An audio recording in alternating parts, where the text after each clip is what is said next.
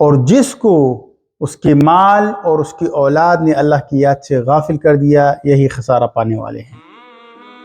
دنیا کی زندگی میں ایک طرف اولاد اور مال یہ نعمتیں ہیں، اور اللہ سبحانہ وتعالیٰ فرماتے ہیں کہ المال والبنون زینت الحیات الدنیا، یہ جو مال ہے اور جو بیٹے ہیں یہ دنیا کی زینت ہے، دنیا کی خوبصورتی ہیں، لیکن اصل چیز جو رہ جانے والی ہے وہ نیک اعمال ہے۔ والباقیات الصالحات۔ منافقین کو کس چیز نے منافق بنا دیا تھا؟ ان کی مفادات نے، اور مفادات میں ان کی سب سے جو زیادہ عزیز ان کو چیز تھی، ایک تھا ان کا مال اور دوسری ان کی اولاد۔ اسی چیز نے ان کو منافق بنا دیا تھا، اسی چیز نے ان کو اللہ کی یاد سے غافل کر دیا تھا، اسی چیز کو ان کو مجبور کر دیا تھا کہ وہ دنیا کی زندگی کو ترجیح دے آخرت کے مقابلے میں۔ اور ان کے اندر منافق نفق سے ہے، نفق سرنگ کو کہتے ہیں، سرنگ۔ تو وہ دو راستے تلاش کرتے تھے کہ اگر ادھر اسلام میں فائدہ ہے تو اسلام کی طرف بھاگے، کفر میں فائدہ ہے تو کفر کی طرف چلے جائیں۔ تو یہی ایک انسان دنیا کی زندگی میں یہی کچھ کرتا ہے، اپنے مال کو بچانے کے لیے اور اپنی اولاد کی خاطر سب کچھ گزرنے کے لیے تیار رہتا ہے۔ تو اللہ سبحانہ وتعالیٰ فرماتے ہیں سورہ انفال کی آیت نمبر 28 اور 29 میں کہ وَاعْلَمُوا أَنَّمَا أَمْوَالُكُمْ وَأَوْلَادُكُمْ فِتْنَةٌ وَأَنَّ اللَّهَ عِنْدَهُ أَجْرٌ عَظِيمٌ، اور جان رکھو کہ آپ کے مال اور آپ کی اولاد یہ فتنہ ہے، یہ آزمائش ہے آپ کے لیے، اور جان رکھو کہ اللہ سبحانہ وتعالیٰ کے پاس اجر عظیم ہے۔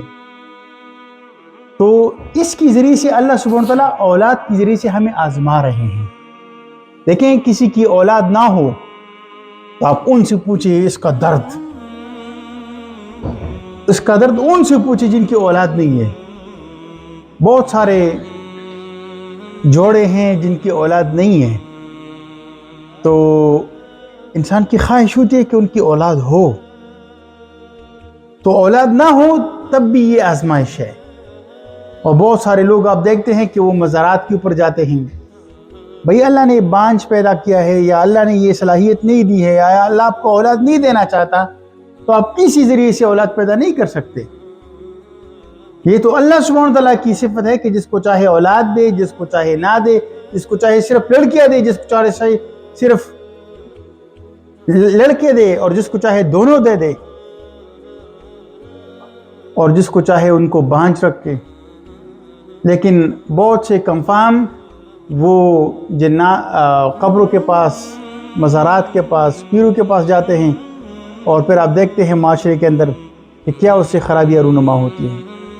خواتین کے اوپر اتنا پریشر ڈالا جاتا ہے ہمارے معاشرے کے اندر کہ وہ مجبور ہوتے ہیں کہ چوری چھپے وہ جعلی پیروں کے پاس چلی جاتی ہیں، اور پھر اس کے نتائج آپ دیکھتے ہیں۔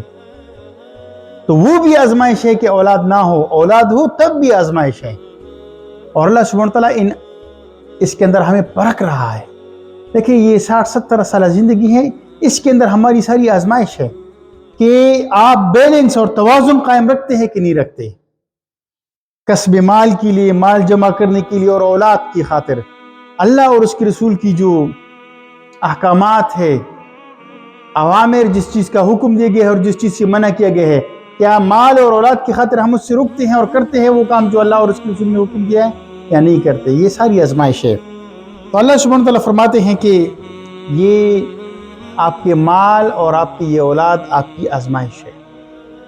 اور اللہ سبحانہ تعالیٰ فرماتے ہیں کہ یا ایھا الذین آمنوا ان تتقوا اللہ یجعل لکم فرقانا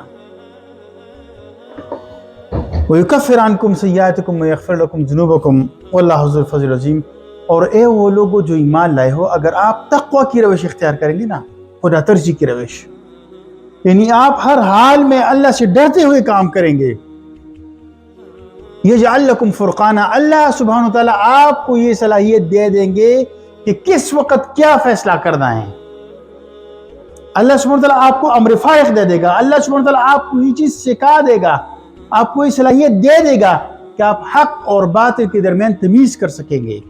یہ بہت بڑی صفت ہے، بہت بڑی صفت۔ یہ ان کو نصیب ہوتی ہے جن کے اندر خدا ترسی ہو، جو خدا سے ڈرتے ہو، جن کے اندر تقوی کی صفت ہو، ان کو اللہ سبحانہ وتعالیٰ یہ صلاحیت دیتے ہیں کہ کون سے وقت پر کیا فیصلہ لینا ہے۔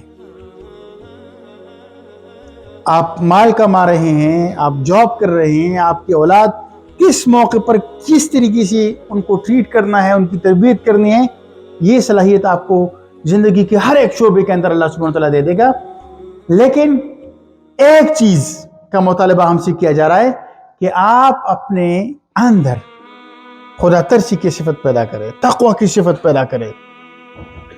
اور کچھ مفسرین فرماتے ہیں کہ فرقان سے مراد جنت ہے۔ تو اگر آپ اپنے اندر خدا ترسی کی صفت اختیار کریں گے، تقوی کی صفت اختیار کریں گے، اللہ سبحانہ وتعالیٰ آپ کو جنت میں داخل کر دے گا۔ اور فرقان، قرآن فرماتا ہے کہ تورات جو اللہ سبحانہ وتعالیٰ نے قرآن سے پہلے موسیٰ علیہ السلام کو دیا تھا، اس کا نام بھی فرقان تھا۔ تو فرقان کسے کہتے ہیں؟ حق اور باطل کے درمیان تمیز کرنے والی چیز۔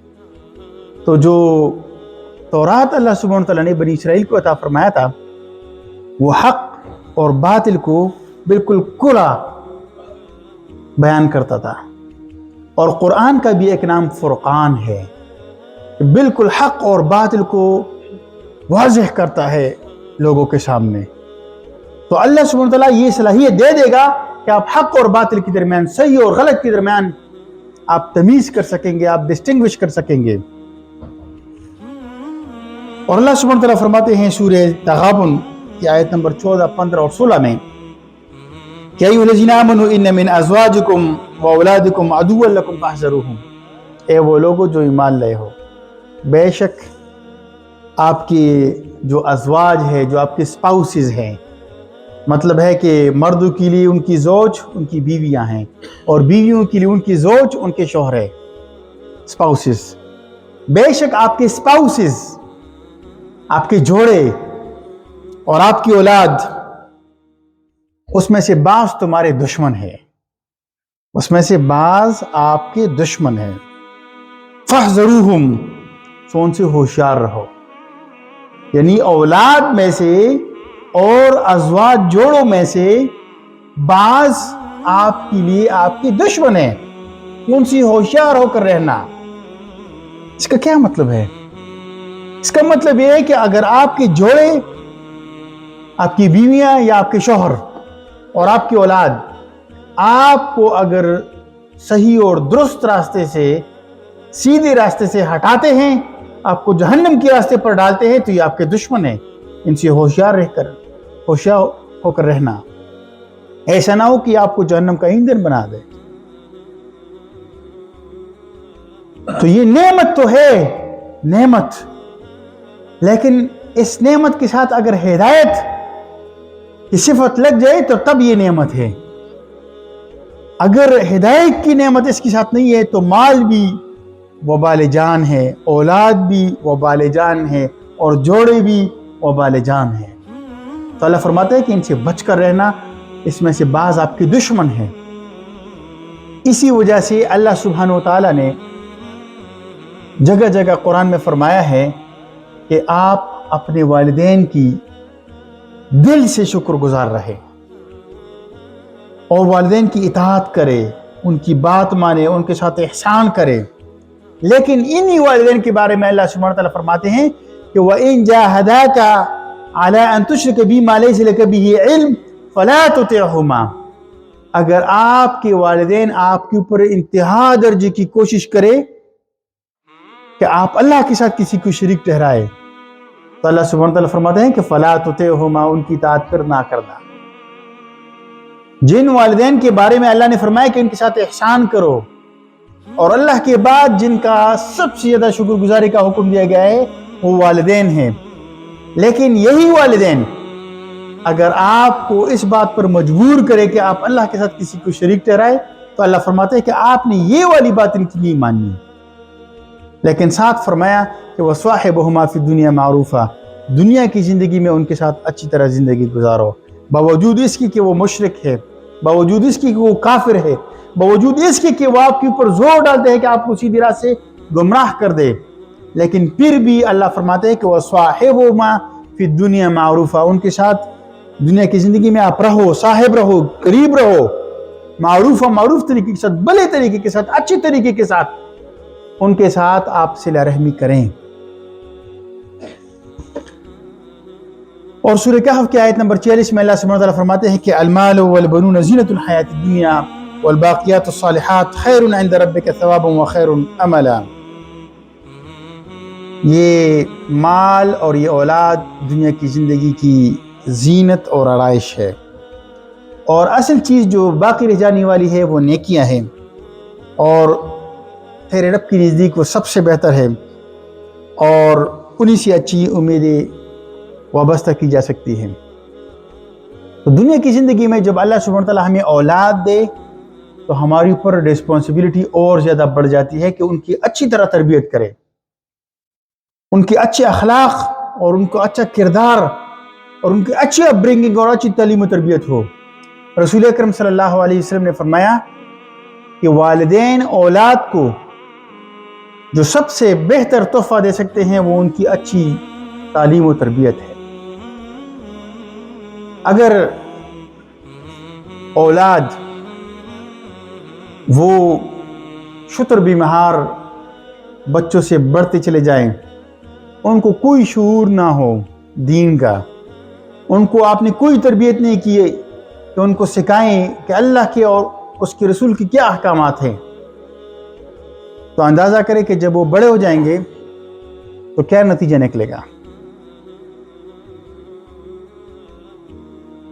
بچوں کو جب ہم قرآن سکھائیں، جب ان کو ہم نماز سکھائیں تو صرف طوطے کی طرح رٹا نہ ان کو لگوائیں، طوطوں کی طرح رٹا لگوائیں گے اور زبردستی کریں گے، ان کو کوئی سمجھ بوجھ نہیں ہوگا۔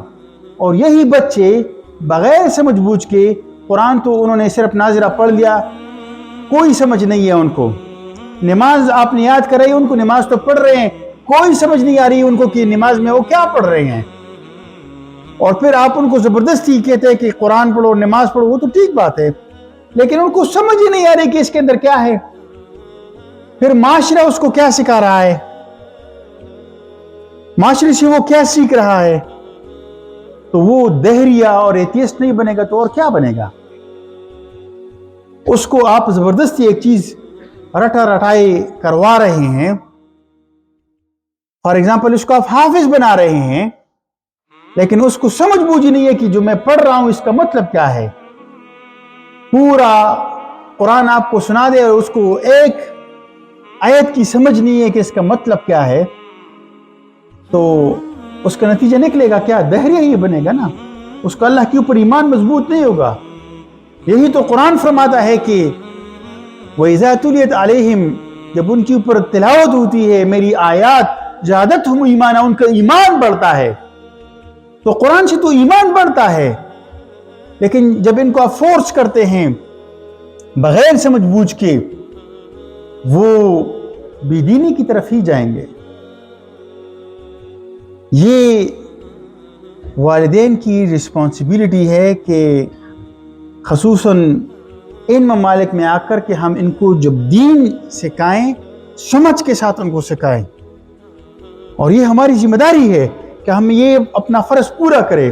ہماری صرف یہ ذمہ داری نہیں ہے کہ ان کے لیے کھانا پرووائڈ کرے، ان کو گھر اور ان کو ساری سہولیات دے دے، لیکن جن کے لیے ہم اپنی آرام، اپنی نیند اور اپنی کمفورٹ زون کو ہم چھوڑتے ہیں اور ان کے لیے دن رات کماتے ہیں، خون پسینہ کی کمائی کرتے ہیں تاکہ ان کو دنیا کی زندگی میں آرام اور سکون ملے، ان بچوں کا اور ان فیملی کا ہمارے اوپر زیادہ حق ہے کہ ہم ان کو جہنم کی آگ سے بچائیں۔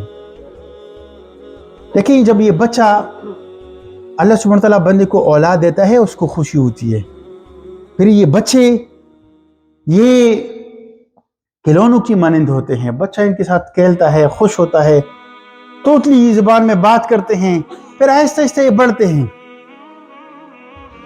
حکم یہی دیا گیا ہے کہ آپ کے بچے 7 سال تک ان کے ساتھ محبت اور پیار کریں، بے انتہا درجے کی۔ 7 سے لے کر 11 سال تک ان کو ڈسپلن اور تھوڑا سا سختی کریں، ان کو سمجھائیں۔ اللہ کے پیغمبر صلی اللہ علیہ وسلم نے فرمایا کہ جب آپ کی اولاد 7 سال کی ہو جائے ان کو حکم کرے کہ وہ نماز پڑھے۔ کشمیروں کی تربیت کا وقت شروع ہو گیا ہے کہ پریکٹیکل وہ شروع کریں۔ جب وہ بولنے لگے ان کو اچھے الفاظ سکھائے، توحید کے الفاظ ان کو سکھائیں۔